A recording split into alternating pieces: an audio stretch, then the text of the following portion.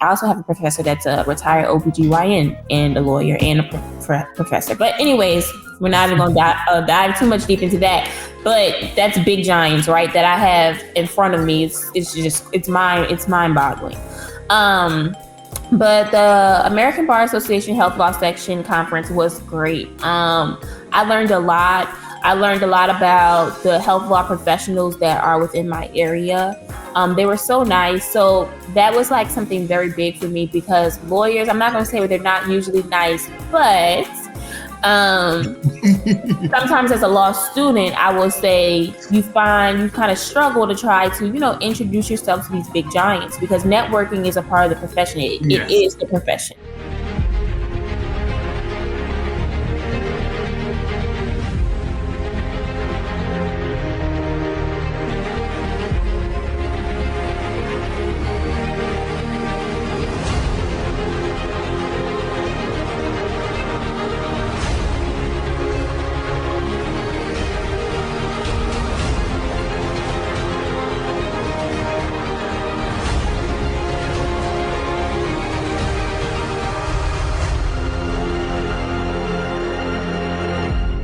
Hello, everyone. Welcome to the Career Education Learning Center podcast. I'm your host, Mitchell Rivers. I am thrilled and honored to have Summer Johnson on our show today. Summer is a law student attending Southern University. How are you doing today, Summer? I'm doing well today. I'm happy to be on the show and happy to talk to you guys today. Thank you so much for coming on our show, Summer. I really do appreciate it. Of course. Summer, tell the audience a little bit about yourself and your journey to law school. Okay, so I am currently a second-year law student at Southern University Law Center. I'm actually in my last semester of my 2L year, so I will be a 3L in August, which is your last year of law school. Law school is only 3 years. I've always known I wanted to be an attorney. So basically, since a young age, so that was always my journey. I went to LSU for undergraduate. I majored in political science with a concentration in law and legal systems. And then after that, I graduated in 3.5 years. I took that semester to just work, and because most law schools don't do spring admission. So I had to take a semester off since I graduated a semester early.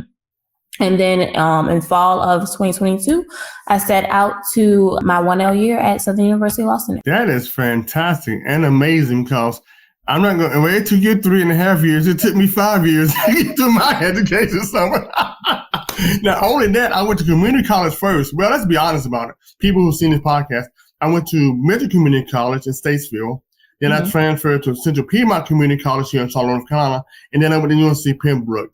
And so my journey was a lot more up and down and all crazy around summer than yours were. So, and you said you knew at a young age. About what age did you know you would be a lawyer? I would say about the age of maybe 9 or 10. I mean, most people say when you get in law school, a lot of people say, it seems like family says that, you argued well, you're argumentative. So you need to that's what I was going to say too, yes. So, that was part of it. But truly, and I haven't told a big audience of people this before, but so it really brought it home for me. And yeah, the journey is a journey. You spoke about ups and downs, and definitely once you get here, I mean, yes, talking about the timeline is one thing, but actually being in the process is another, right? So we're on this journey and we're almost finished. But it's been quite the hassle. Yes, it is. I mean, any journey that you take in life, I mean, as I forgot the famous artist said, everybody has their own journey. Oh, Felicia Rashad. Felicia Rashad said on TikTok, like, everybody has their own journey. So your journey is not going to be like somebody else's journey. So don't compare yourself. That's what I'm saying in retrospect. Don't compare yourself. Everybody has a different journey. It's just that you got to be successful in your journey and on your journey. Okay, don't compare yourself.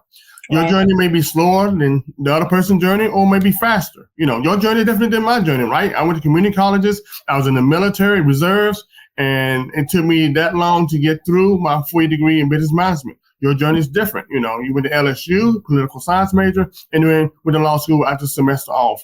What did that semester teach you? I've talked to other students about a gap year. And since you had a gap semester, they got a chance for you to reflect yourself. Did you learn something more about yourself being in that gap semester there? Yes, and a little bit of, I guess, background. Mm-hmm. When I was at LSU, I asked my parents to purchase me a lash class, right, to do eyelash extensions.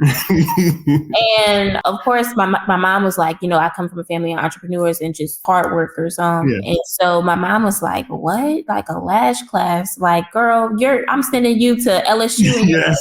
about a lash class." But I'm like, I worked at the library and I was like, well, it's just kind of something fun to do. Fast forward, it blew up.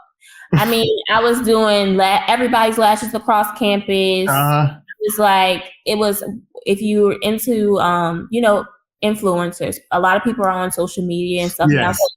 on social media, I was seeing that there were these girls, and these people were making a killing off of doing lash extensions, having their own brand and just really branching out, and that's when I started to dive into the beauty world. And the beauty world, I mean, makes a lot of money. Let's just be Oh, honest. it does.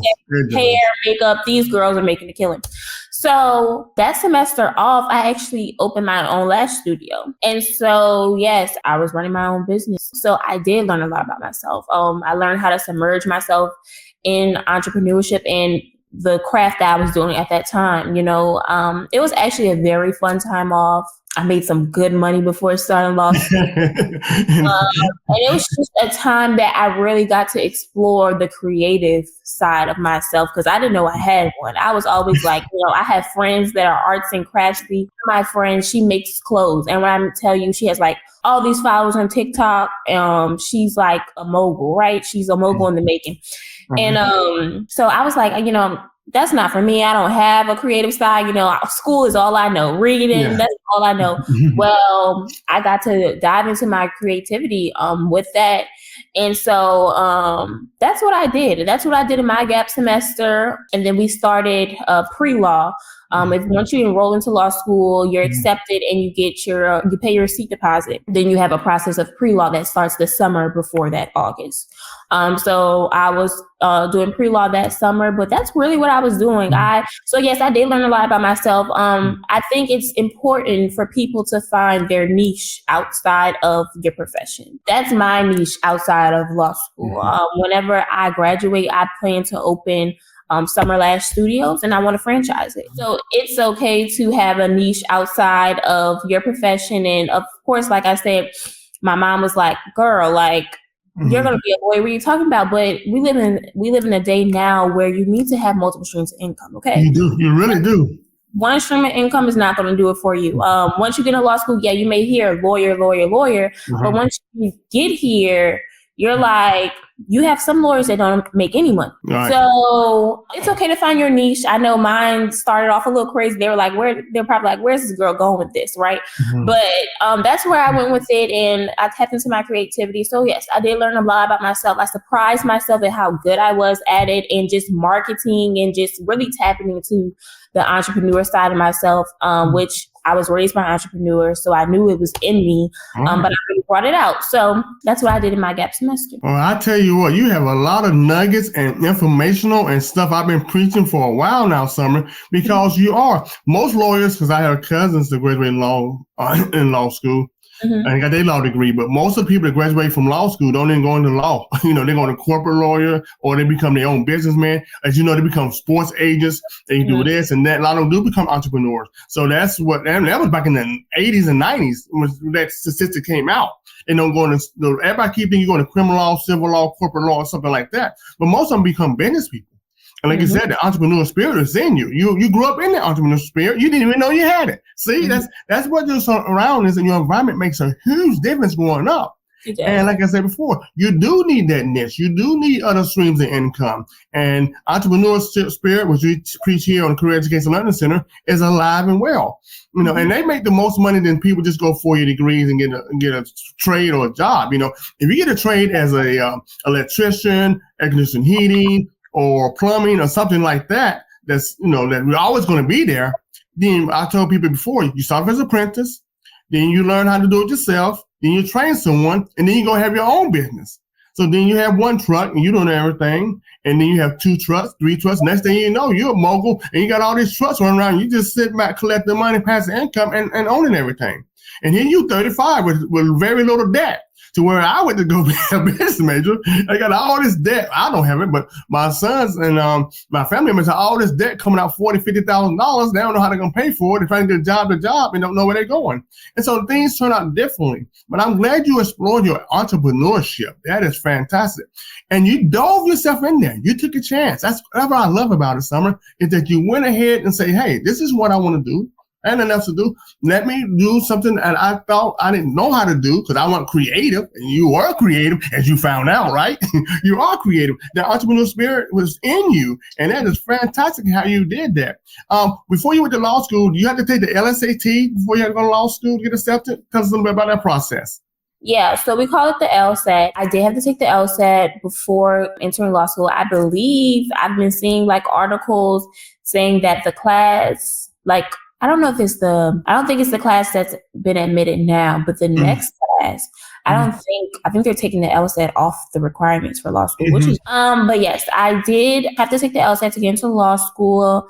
My mom had hired me a tutor, so I had a personal tutor to study for it. It was a trying process. Yes, it is. Or any state test you take, Summer, is a trying process. Before, I didn't mean to interrupt you, but before you had to go through, feel like you had the only one. One of the things is great is you got help. Okay, that's what I try to tell students. Like, if you need help in a certain subject, you need help taking the SAT or ACT or whatever you need in the entrance test, take the help. Okay, I got license. I got my health insurance license, security license, 663, and my life insurance license. And believe me, I pray each and every time before I took those tests. They are not easy. And so people take state tests for the nurses, pharmacists, doctors, lawyers, CPAs. They are stressful. Okay. And you got to take the GRE, the LSAT, the MCAT, whatever you got to take. Again, that's another stressful test that you may have to do. So if you can get yourself help, ladies and gentlemen, please get some help and some assistance doing that. And so that's the way you have to go sometimes in order to succeed what you want to accomplish, right? You want to go to law school. Part of being in law school, not only having good grades, but then take the LSAT, as you said, before. Now, they may, like I said before, because they're trying to get rid of SAT scores, a lot of school colleges admissions now, and maybe they probably get some schools, law schools may say, we don't want the LSAT. We don't need it no more. But if they do have it, or the school you want to go to does offer that and say, look, you have to have this LSAT before you come in here. We need to see your score. Then that's what you have to take. And so I think you did a wonderful job showing students that, hey, whatever assistance you need, get that help. Is there any particular law that you want to go into? Like, did you want to go into corporate law, or do you want to go into civil or criminal law, or you just haven't made up your mind yet? So when I first entered law school, I wanted to be a criminal defense attorney. I was set on doing criminal law, right? Then I had an epiphany. I was like, I don't think I want to do that anymore. Which a lot of people will tell you when you come into law school that, yes, you may have all these ideas, like I'm going to do this, but just as you go through your matriculation, you just kind of change your mind. And so now I'm thinking about I want to do tax law. I'm interested in health law, and I'm interested in real estate law. The part of health law I want to go in is really kind of a specialty field. And so, of course, I've made my mind up too that I don't really want to work for anybody. I'm thinking that I want to open up a firm about my specialty being the health law sector, but that we also kind of do a little bit of tax law and real estate as well. So that's my plan. But also in the field of law, you kind of learn that you need to be open because it's just so much to learn. And let's say you get a job, right, for a firm, and they don't practice what you wanna practice. So then you just, let's say that's your only job offer, do you just not accept the job because they don't practice that specific type of law that you would want to practice? No, you don't do that, especially if you don't have, a 4.0 GPA coming out of law school and your jobs are just lined up. If you don't have that, then you have to go with what's there in front of you. So they teach us to be open. You never go into an interview with a firm or an internship, because throughout the summers of law school, you usually do internships. And so you never go into an interview with a firm or any employer and say, oh, this is exactly what I want to do. You always want to say that you're open, Right. And that makes sense. That really does make sense. And that's one thing that you have to be open, and you will change your mind. And I would like to remind my audience that you're going to change your mind throughout your life. Okay, look at me. I mean, I've mainly been in corporate. I've been in retail management when I came out summer. Then I got into banking and finance, which was my major, basically, business management. And then I went to be a financial representative. And now I'm doing my hand in entrepreneurship. And I'm 50 plus, okay? I know I look younger, y'all, and I'm thankful for God giving me good genes and my parents giving me good genes, but I'm a little bit old, okay? And so I've been around, and I had a lot of jobs in between there. And so you have a right to change your mind. You just don't know. You're young. You don't know what you want to do. And so I always keep an open mind there. And talking about internships and conferences, you attended the American Bar Association conference. How was that? That was actually my first American Bar Association conference. It was with the health law section because I mentioned that I'm interested in health law. I'm so grateful to my mentor and one of my professors, Professor Kimberly Lamont, who's a pharmacist and a lawyer. Wow. That's a combination. I never heard that combination before. Only here on the Career Case of Learning Center podcast can you hear that type of combination, because I have not heard that before. I heard either or, but not both. She's a pharmacist. Pharmacy was her first profession. And then she turned around and was like, I want to go to law school. So she went to law school, kind of in her later age. But yeah, she's a pharmacist and a lawyer. I also have a professor that's a retired OBGYN and a lawyer and a professor. But anyways, we're not even going to dive too much deep into that. But that's big giants, right? That I have in front of me. It's mind boggling. But the American Bar Association Health Law Section Conference was great. I learned a lot. I learned a lot about the health law professionals that are within my area. They were so nice. So that was like something very big for me, because lawyers, I'm not going to say they're not usually nice, but sometimes as a law student, I will say you kind of struggle to try to, introduce yourself to these big giants, because networking is a part of the profession. It is the profession. So, you have to kind of put yourself out there, but, it's like a law student walking up to a judge. You're like, what do I say? Right. What do I say? Or a law student walking up to a attorney that has this reputation of and has been practicing 20 plus years. You might get caught up on your words a little bit, but these people were so nice. They approached us, they offered us, so many hands to help. They were just like, reach out to us, email us, so that was different for me. It was different change in scenery, different experience. So I was really appreciative to them for that.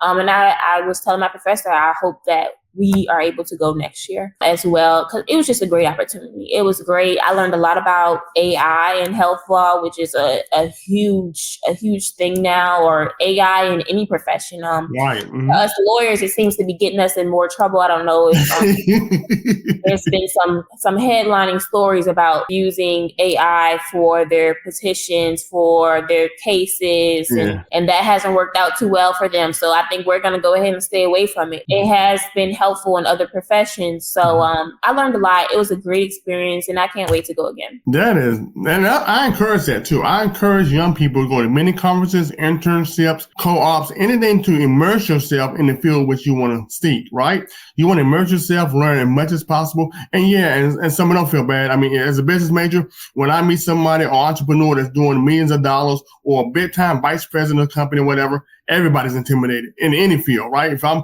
going to be a doctor, I am a little intern, or I'm a resident, and I had to go to this big time surgeon, and be 20 plus years, all these awards, we all get tongue-tied. It happened to the best of us, and I'm pretty sure it happened to them. Another thing I read on your profile is that you're a member of the Black Law Student Association.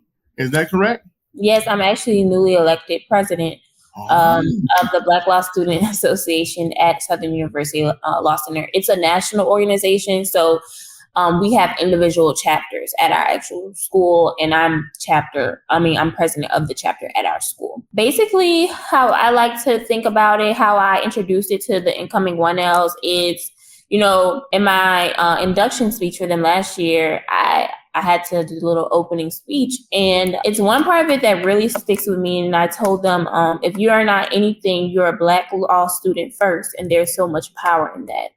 Because I do go to a HBCU for the listeners. So majority of our students are African Americans. And so It's basically, I want to say, a safe space for Black law students. And, a lot of our students say, well, we already go to HBCU. Why would we join the Black law students? Yeah, that would be the first question everybody would ask. Yeah.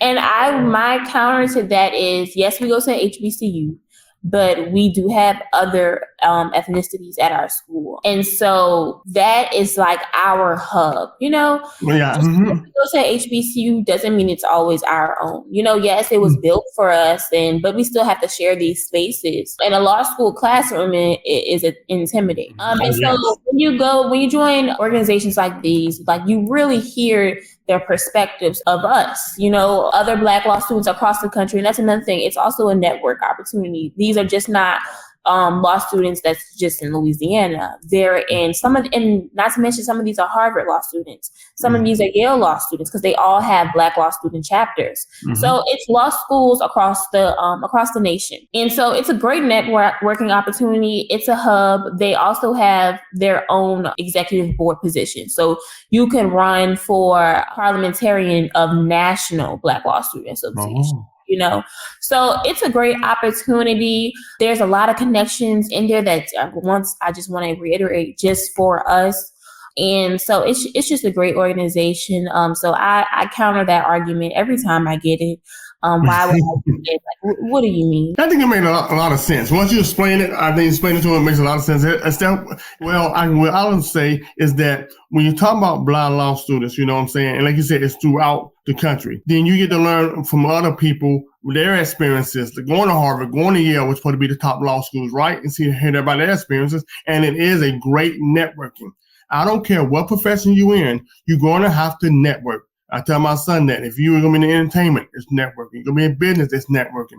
In any profession, even in doctor, lawyers, you have to network. And any networking system that you can be a part of is going to help you down the road. Believe me. I even read a book about that, as far as networking, especially in my profession. Being an entrepreneur, you got to network, right? And so networking is just part of the capitalist system that we have in America. And if you are not networking, believe me, you're going to be far behind because those opportunities that someone is able to give you, that you need that break at that one time, is not going to be there. It's not going to land in your lap, Summer. I tell my son that all the time. You got to get that network. It's not going to just fall from the sky or somebody going to call you or email come in. Hey, come on here. We want you to do this. We want you to do that. No, you have to go out there, network, introduce yourself.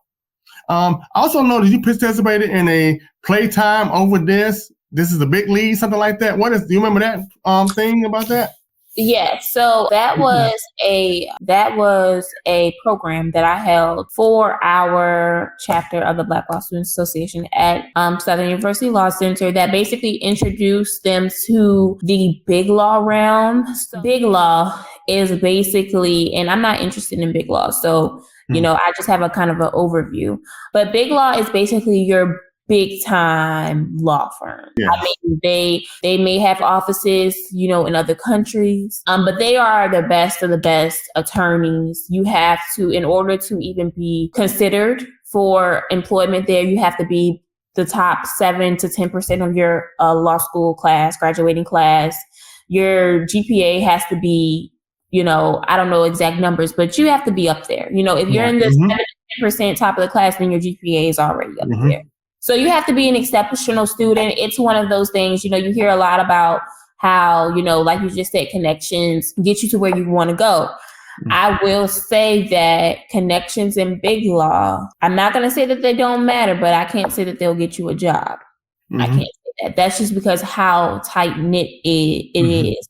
They care about what's on black and white. They care about the GPA. They care about the transcript. Some places you go, they don't. I'm not going to say they don't care, but it's not the end all be all. And right. It's not the first priority there. Right. It's not the first priority. And each law firm going to do each one different how they want to do it. If you big time law, they want the best of the best, of course, Right.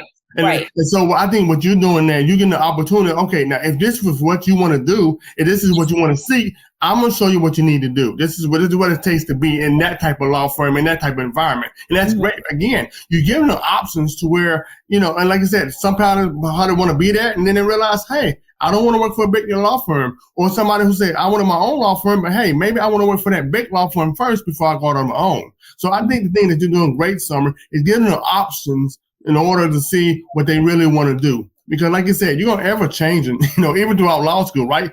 Doctors change all the time, dentists change all the time. Somebody want to be a pediatrician dentistry, or they say, oh, I'm not going that way, or I want to be a pediatrician, or I want to be a surgeon, and they get into medical school and they say, nope, that's not for me.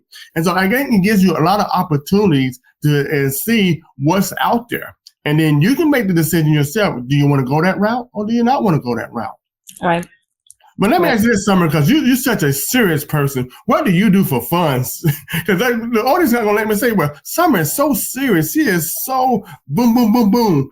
But I'm pretty sure that Summer has some fun. What are some of your hobbies or some things that you like to do to get you loose? Well, I mean, I do, spending time with friends. A lot of we all have in law school, everybody has their group that, they study with, that they really get through these 3 years, because I can't stress how, just challenging they are. Right. So you need that support group, and it's the only people that are really going to understand what you're going through is the people that are in school with you. So those friends, we hang out. Some days we'll be like, we're not doing anything. We're just gonna, kind of gather, and we're just gonna chill. I will say, I talked about lashing earlier in the podcast, and I can't really do that as much. I may do a friend here or there, but I can't, because law school is just so it's time consuming. So I'm not able to do that as much. So I would say what I do the most is probably just hang out with friends, kind of just fellowship. I'll go home every now and again and be with my dog, and be with my parents and my sister, and just, go chill. And so I do things like that. Oh, that's good, though. That's good. I think because when you're in stressful, going to law school, medical school, or anybody going to any graduate school, there has to be some way you have to relieve that stress, and whatever hobbies, whether it's reading, going to play basketball with friends, or video games, or whatever you enjoy doing, you have to do that, because you would just, I won't say go crazy, but you'll be so wound up that you're going to just burn yourself out, and so you have to have these stress relievers, in between times, because here come a major test, here come a major this and that. And so I just want my audience to know that, hey, even though you may be attending law school or medical school or any type of graduate school, that you have to allow yourself that free time, allow yourself to take some breathers in between there. Definitely. But Summer, it's so great having you on our show today. Do you have any parting words of wisdom for students who may want to go to law school? Yes. I know I've talked a lot today about, challenges and it being rigorous, but my mom always tells me anything worth having is never easy. So I want you to keep that in your mind. If you want to, whatever your goals are, go and achieve them, do it. I like to say hustle. Do what you have to do and you'll be fine. Keep God first. That's a personal view of mine. I know not everybody relates. However, for me, I feel like, when I can't pull my strength from anywhere else, that's where I pull it from. So I would just say, just keep going. Don't look back, and you miss 100% of the shots that you don't take. I like that very much. And you're right. I mean, if you have faith, and I'm like you, I put my faith first. No doubt about it. I put God first, and I would say God, family, work, and everybody else go first, because I don't know how people who don't have faith make it, but I had to have my faith. You know what I'm saying? I had to have God in my life, because I'm a Christian person. And so Jesus is number one in my life, even to do this podcast. So I want my audience to know, hey, whatever faith you have, and I'm a Christian, so mine's going to be Christian faith, you may have to use that. In fact, I know you will have to use that to get through life. As I'm over 50 years old, if you have children, you may have children, you're going to definitely need your faith. So, hey, whatever you can do to make it in this lifetime here. There are many job opportunities out there. And what we want to do here in the Career Education Learning Center is to present those opportunities to you. Whether we have professionals or students, we want you to know that, hey, you can make it whatever way you can. Summer, thank you so much for coming on our show. I really do appreciate it. Thank you for having me. It's been my pleasure. Well, and I also like to thank our supporters this past week when we had our capital campaign fund for the podcast. Those supporters are Steve Troutman and Lakeisha Langdon. Thank you so much for your financial support. And if you want to become a financial supporter of our podcast, you just go on our website, www.careereducationlearningcenter.com. And lastly, I'd like to thank our viewers and listeners for joining me, Mitchell Rivers, on another great episode of the Career Education Learning Center podcast, where we make your career dreams a reality. God bless.